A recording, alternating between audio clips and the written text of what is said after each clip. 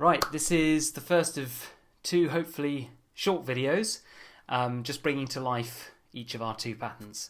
So they're both written in Patentese, obviously, and I figured it would be helpful if I just explained what they are, what they're about. So this first one is the EXPODO patent, which has been granted in Europe, virtually granted in the US. We've had our letter of intent to grant and they're just processing our official payment.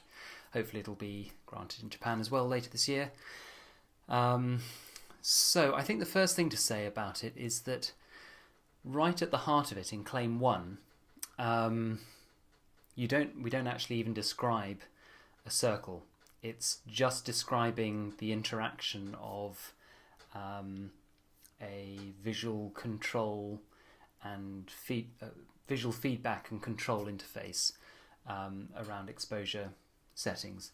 And so then we move on to sort of preferred embodiment. So one preferred embodiment is that we draw sticks, and when you add the sticks together, the combined length of the sticks represents the brightness of an image or the brightness of a video frame. And then the other preferred embodiment that you would recognize is the exposure donut, and it's the arc length that adds up to the brightness of the image. And so, fundamentally we are taking all of this collection of what for me were confusing figures, and we're distilling from them the common element. And the common element is that all of these variables have one thing in common, which is that they all contribute to the brightness of an image. And so that's what's illustrated around the arcs, and the length of the arc corresponds to the value, and the arcs are measured in the arc lengths are measured in stops. So this arc, 1/30th of a second, is 1, 2, 3, 4, 5, 6, 7 stops. The longer the arc, the more its contribution to image brightness. And it's probably helpful to just go through a worked example. So we've got here an old black and white photo of Muhammad Ali, actually taken with film obviously, but we know that the photo was ISO 400, shot at f1.4 in 1/250th of a second. And from those three values, and the fact that we can see that this image is of a normal exposure, we can infer the scene luminance at the time. And it must have been about 8 candela per meter squared. And now we can just take our four values and work them through this conversion table to create an exposure donut. So the 1/250th of a second is 4 in EXPODO language. Basically, the EXPODO numbering system just counts the number of stops as we move down through the sequence you'd recognize. So in the time sequence, it's 1/2000th of a second, 1,000th of a second, 500th of a second, 1/250th of a second. Well, that's 4 stops from this, which is our baseline. ISO, we've 200, 400, 800. Well, we're 2 stops in from our baseline of 200, and we've set all the stops so that the whole thing works well together. So we take our 4 stops, our 2 stops, our 8 stops, and our 8 stops, add it all together, and we get 24. And so the way we've designed it is that 24 stops will equal a complete circle, and a complete circle is equivalent to, well, denotes a normal exposure. So if you're underexposed, the picture will be darker. Overexposed, and it starts wrapping around itself, it'll be overexposed. And then obviously we can put that onto cameras as a control interface, and we can also use it to label images, so you can display EXIF data. So Adobe stock or Getty images could be putting these on all their images. You could have them on your iPhone. In fact, we have them on the app, the EXPODO app. If you want to look through your camera roll with the iPhone EXPODO app, then you'll see one of these against each image. So stills cameras, The point is the way the patent is written, it describes imaging devices, and that really covers everything. So still cameras, video cameras. It covers all the different exposure variables. The next slide is going to show that it will work for microscopes, and then iPhones, and then augmented reality glasses. I'm just going to stop here for a moment on lighting control. You saw the video I made showing this device, and let me just unpack the user interface a little bit more than I did in that video. So I think you can see my cursor. What I said there was that light here is the scene luminance, so the light coming from the scene in through the camera lens. And let's assume that this device is wirelessly controlling a number of lights in a studio, and what I want to describe, the sort of last little piece of the puzzle to understand how all this would fit together, which isn't actually in the patent but it's helpful to understand anyway, is that to know the scene luminance, know the luminance, know the contribution of scene let me start from the beginning. Know the contribution of each of the lights towards total scene luminance.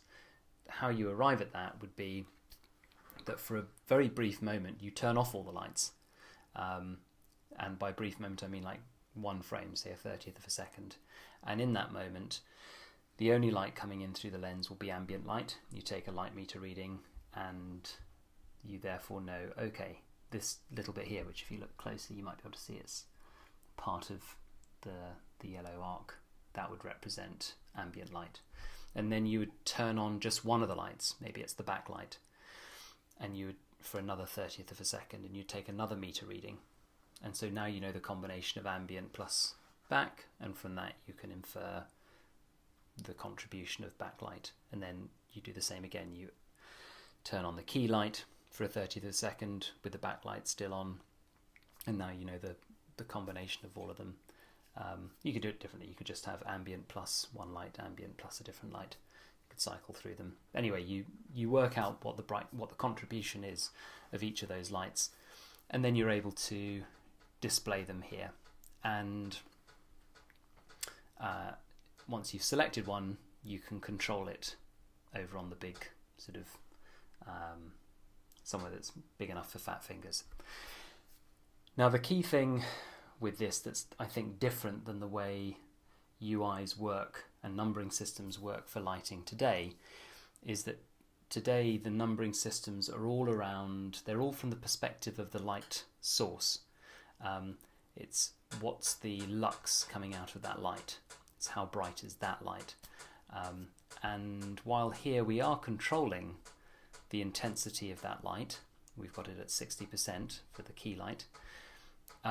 What we're actually measuring here, and we've got it written underneath here in stops, we're measuring the impact of that light after it has travelled from the light to the scene, which might be a long distance or a short distance, has bounced off the subject that might be reflective or not, or very, very matte, and then travelled from the subject to the camera, which might be a long distance or a short distance.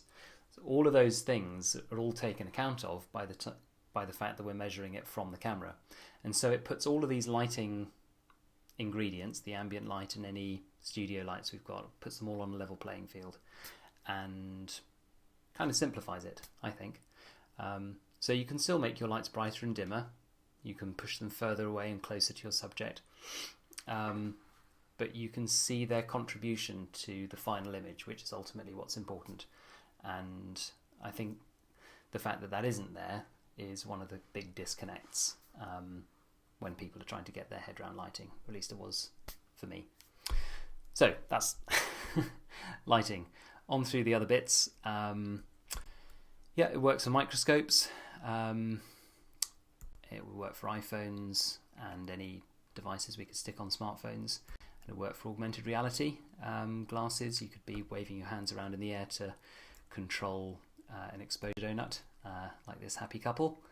And I think that is pretty much it. I think the one last thing to mention is, or two last things to mention, are that while the images I keep showing here have shutter speed, ISO, aperture and light, there are other things that can contribute towards the final image brightness, and the two that I've got in mind are neutral density filters, particularly electronic neutral density filter, and image stacking.